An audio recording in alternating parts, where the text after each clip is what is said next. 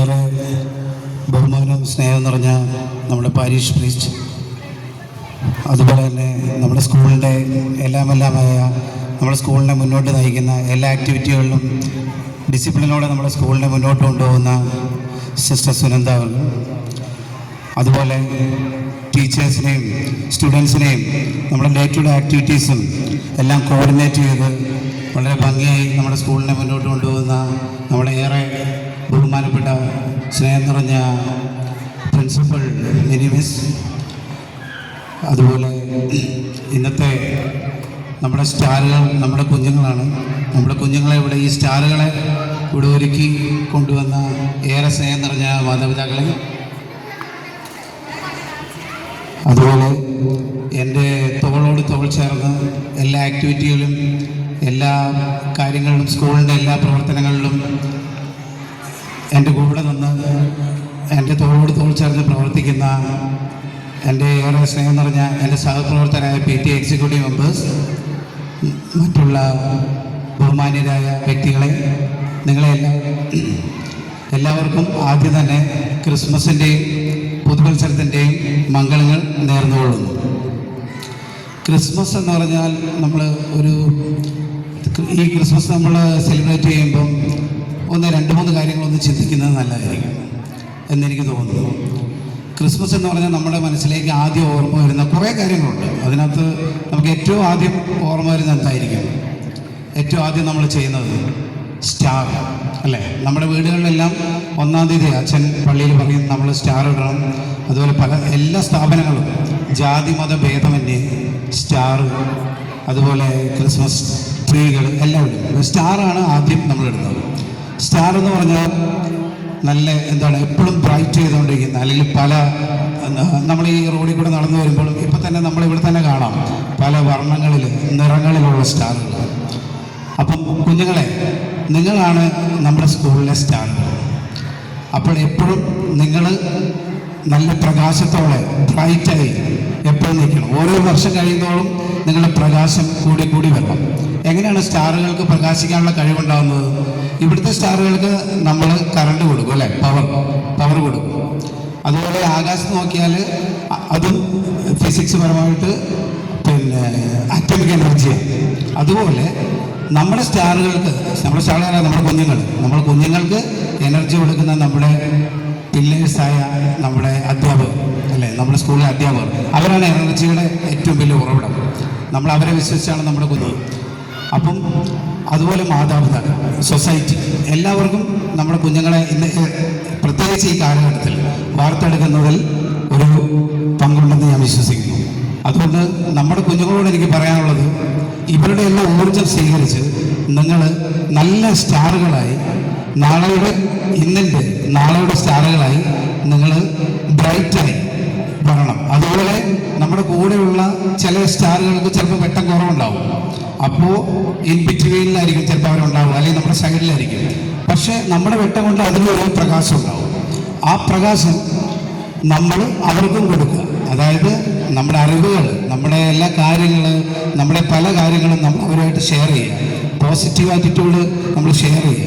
അങ്ങനെ നമ്മുടെ പരസ്പരം സ്റ്റാറുകളായി മാറും. അടുത്തത് നമുക്ക് ഏറെ പ്രിയം സാന്റാക്ലോസ് ആയിരിക്കും. സാന്റാക്ലോസ് എന്ന് പറഞ്ഞാൽ അതിൻ്റെ പിന്നിൽ ഒരുപാട് സ്റ്റോറീസ് ഉണ്ട്. സാന്റ എന്ന് പറഞ്ഞാൽ നമ്മുടെ മനസ്സിലേക്ക് ആദ്യം ഓടി വരുന്നത് എന്താണ്? സമ്മാനം കൊണ്ട് നമ്മുടെ വീടുകളിലേക്കും നമ്മളങ്ങനെ പഠിച്ചേക്കുന്ന സ്റ്റോറികൾ. സമ്മാനം കൊണ്ട് നമ്മുടെ വീടുകളിലും നമ്മുടെ സ്ഥാപനങ്ങളിലും വരുന്ന നമ്മൾ പ്രതീക്ഷിക്കുന്ന ഒരാളാണ് സാന്റാക്ലോസ്. അപ്പോൾ ഈ സാന്റാക്ലോസിൻ്റെ സമ്മാനങ്ങൾക്ക് ഒരു പ്രത്യേകത, അങ്ങനെയാണ് സ്റ്റോറി പറയുന്നത്. അതായത് ഈ സാന്റാക്ലോസിൻ്റെ സമ്മാനം നിറച്ച ബാഗിൽ നിന്നും സമ്മാനം കൊടുക്കുന്തോറും ഈ സമ്മാനം റീഫില്ലായിക്കൊണ്ടിരിക്കും. എപ്പോഴും റീഫില്ലാവും സാന്റാക്ലോസിൻ്റെ സമ്മാനങ്ങൾ. അത് ദൈവം റീഫിൽ ചെയ്യുന്നതാണ്. അപ്പോൾ എന്താണ് അവിടെ സംഭവിക്കുന്നത്? നമ്മുടെ കുഞ്ഞുങ്ങൾ എപ്പോഴും നമ്മൾ കൊടുക്കാൻ പഠിക്കണം. നമ്മൾ വിദ്യാഭ്യാസത്തിലുപരി നമ്മുടെ സഹജീവികൾ, നമ്മുടെ സഹപാഠികൾ കൊടുക്കാൻ നമ്മൾ അവരെ പഠിപ്പിക്കുകയും ചെയ്യണം. നമ്മൾ ടീച്ചേഴ്സ്, മാതാപിതാക്കൾ, സൊസൈറ്റി കൊടുക്കാൻ അവരെ എപ്പോഴും പഠിപ്പിക്കണം. കൊടുക്കുന്തോറും വർദ്ധിച്ചുകൊണ്ടിരിക്കും. എന്തായാലും അറിവായാലും കൊടുക്കുന്തോറും വർദ്ധിച്ചുകൊണ്ടിരിക്കും. അപ്പോൾ കൊടുക്കാൻ പഠിപ്പിക്കുന്നത്, കൊടുക്കാന്ന് പറഞ്ഞാൽ പൈസ മാത്രമല്ല, സ്നേഹം, സഹാനുഭൂതി, ദയ, കരുണ, അതുപോലെ നമ്മുടെ ചുറ്റിനുള്ള പല കാര്യങ്ങളും നമുക്ക് ഷെയർ ചെയ്യാൻ കഴിയും. Sharing is always caring. So സാന്ത്വനെ കുറിച്ച് ഓർക്കുമ്പം അതാണ് നമ്മുടെ മനസ്സിലേക്ക് വരുന്ന ആദ്യത്തെ മെസ്സേജ്.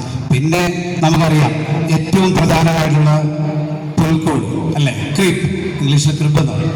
നമ്മുടെ പുൽക്കൂടിൽ എന്താണ് നമ്മൾ കാണുന്നത്? കുറേയേറെ ആളുകൾ നമുക്ക് കാണാൻ സാധിക്കും. ഈ സ്കൂള് ഒരു പുൽക്കൂടാണെന്ന് ഞാൻ വിശ്വസിക്കുന്നു.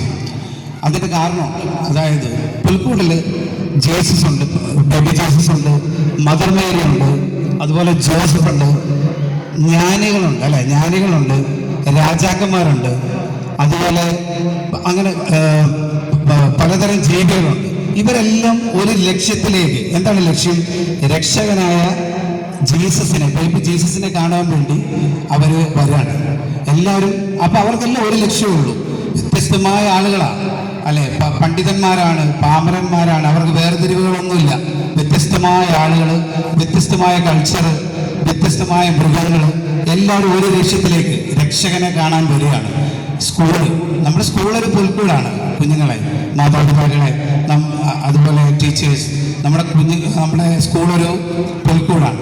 ഇവിടെ വ്യത്യസ്ത സബ്ജക്റ്റ് പഠിപ്പിക്കുന്ന ടീച്ചർമാർ, വ്യത്യസ്ത രീതികളിലുള്ള ടീച്ചേഴ്സ്, അതുപോലെ സിസ്റ്റേഴ്സ്, അതുപോലെ നമ്മളെ കെയർ ചെയ്യുന്ന അതർ സ്റ്റാഫുകൾ, അങ്ങനെ പലതരം ആളുകൾ കൂടുമ്പം ഇതൊരു പുൽക്കൂടാണ്. അപ്പം ഈ പുൽക്കൂടിൽ നിന്ന് എന്താണ് നമുക്ക് മനസ്സിലാക്കേണ്ട മെസ്സേജ്?